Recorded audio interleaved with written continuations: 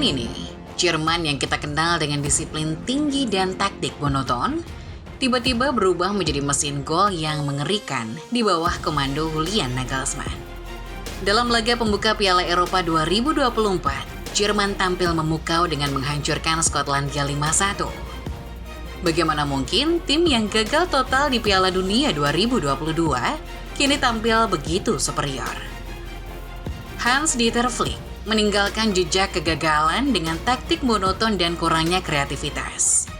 Namun Nagelsmann dengan pendekatan inovatif dan taktik revolusioner mengubah total wajah timnas Jerman. Dari penggunaan formasi fleksibel hingga analisis data mendalam, Nagelsmann membawa Jerman dari kegelapan menuju era baru kejayaan. Apakah ini pertanda kebangkitan kembali atau hanya fata morgana?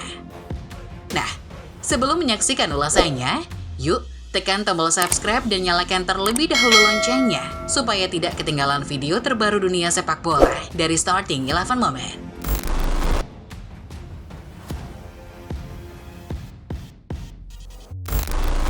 Hans-Dieter Flick, sosok yang sempat diidolakan, malah meninggalkan jejak kegagalan pahit di Piala Dunia 2022. Taktik Flick yang kaku dan kurangnya kreativitas dalam serangan membuat Jerman terpuruk. Pada saat itu banyak yang berharap Flick bisa mengulangi kesuksesan seperti di Bayern Munich. Namun realitas berkata lain. Keputusan yang monoton dan kurangnya adaptasi terhadap dinamika pertandingan internasional menjadi bumerang bagi tim Jerman.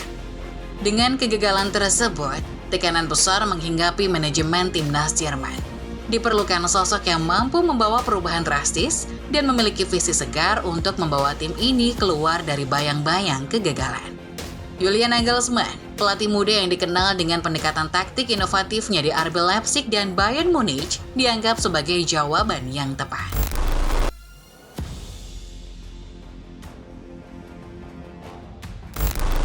Jerman yang baru ini benar-benar berbeda. Di bawah arahan Nagelsmann, Jerman bermain dengan intensitas yang belum pernah kita lihat sebelumnya.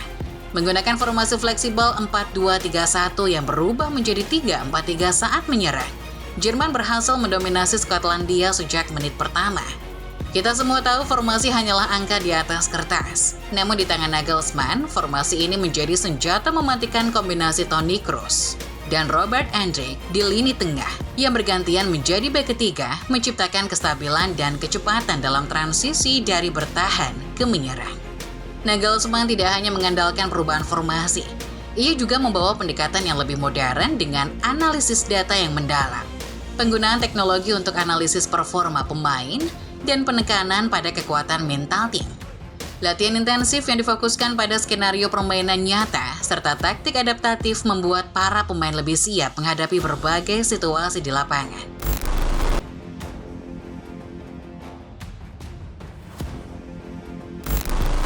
Pertandingan di Fußball Arena Munchen itu dimulai dengan intensitas tinggi. Sejak peluit awal berbunyi, Jerman langsung menekan Skotlandia. Hasilnya, Florian Wirtz membuka skor di menit ke-10. Diikuti oleh gol Jamal Musiala 9 menit kemudian. 2 gol dalam waktu 20 menit pertama. Inilah sepak bola menyerang yang seharusnya.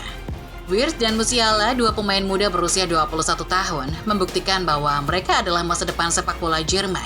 Kedua gol mereka menunjukkan efektivitas yang luar biasa, mengonversi peluang dengan presentasi expected goals yang rendah menjadi gol yang spektakuler. Tak hanya itu, kombinasi lini depan juga memberikan ancaman konstan bagi pertahanan Skotlandia. Pergerakan tanpa bola yang cerdik dan pressing tinggi dari para pemain depan membuat Skotlandia kesulitan untuk keluar dari tekanan. Hasilnya, Jerman tidak hanya mendominasi dalam penguasaan bola, tetapi juga dalam menciptakan peluang berbahaya.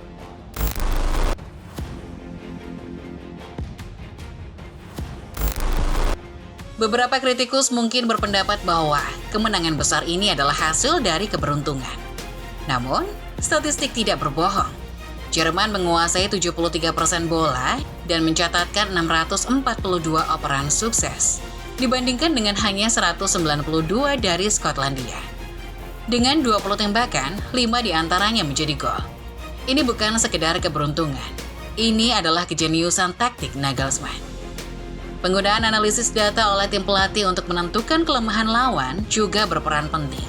Nagelsmann dan stafnya mempelajari Skotlandia dengan cermat, mengidentifikasikan titik lemah dalam pertahanan mereka, dan merancang strategi khusus untuk mengeksploitasi celah tersebut. Hal ini terlihat jelas dari bagaimana Jerman secara konsisten menargetkan sisi sayap kanan pertahanan Skotlandia yang dianggap sebagai titik lemah mereka.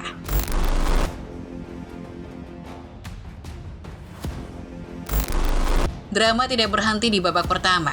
Ryan Porteous dari Skotlandia mendapatkan kartu merah pada menit ke-44 setelah menjegal Ilkay Gundogan di kotak penalti. Keputusan yang kontroversial? Mungkin. Tapi Kai Havertz tidak menyanyiakan penalti tersebut, memperbesar keunggulan menjadi 3-0 sebelum jeda. Nagelsmann kemudian melakukan perubahan taktik yang cerdas di babak kedua, mengganti Wirtz dan Havertz dengan Leroy Sane dan Niklas Füllkrug memberikan dimensi baru dalam serangan. Füllkrug mencetak gol pada menit ke-68, menambah derita Skotlandia.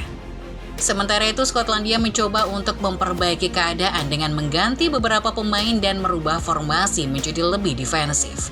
Namun upaya tersebut tidak membuahkan hasil yang signifikan.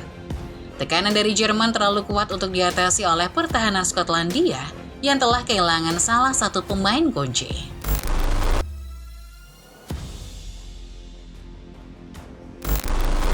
Gol hiburan Skotlandia pada menit ke-87 mungkin bisa dianggap sebagai keberuntungan semata. Sundulan Scott McKenna yang mengenai kepala Rudiger dan membuat Manuel Neuer gagal mengantisipasi bola. Tapi apakah ini mengurangi dominasi Jerman? Tentu tidak. Jerman terus menunjukkan superioritasnya dengan menciptakan peluang hingga menit terakhir pertandingan. Meskipun gol tersebut memberikan sedikit kelegaan bagi Skotlandia, namun itu tidak cukup untuk merubah alur pertandingan. Jerman tetap memegang kendali penuh dan menutup pertandingan dengan gaya.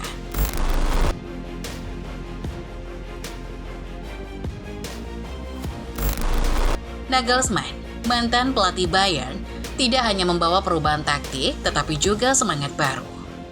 Kami telah membuat langkah pertama dan akan mengembangkan tim setelah ini.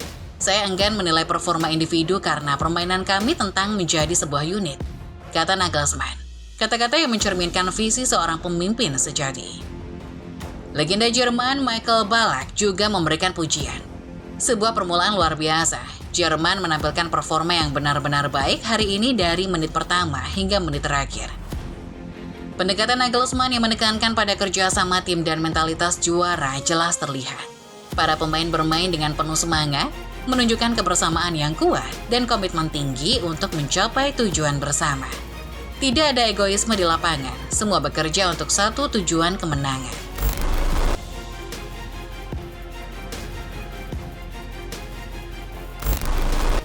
Dengan kemenangan besar ini, Jerman memiliki modal berharga untuk menghadapi dua laga tersisa di grup A melawan Hongaria dan Swiss. Pertanyaannya sekarang, apakah mereka bisa mempertahankan performa ini? Atau apakah ini hanya kelihatan singkat sebelum kembali ke realitas pahit? Nagelsmann sudah mempersiapkan timnya untuk pertandingan berikutnya dengan fokus pada pemeliharaan performa dan peningkatan di area yang masih bisa diperbaiki. Tantangan terbesar adalah menjaga konsistensi dan tidak meremehkan lawan-lawan berikutnya yang tentu saja akan belajar dari pertandingan ini dan mencoba strategi berbeda untuk menghadapi Jerman. Mari kita dengar pendapat Anda. Apakah Jerman bisa menjadi juara Euro 2024 dengan taktik Nagelsmann? Bagikan pemikiran Anda di kolom komentar di bawah ini.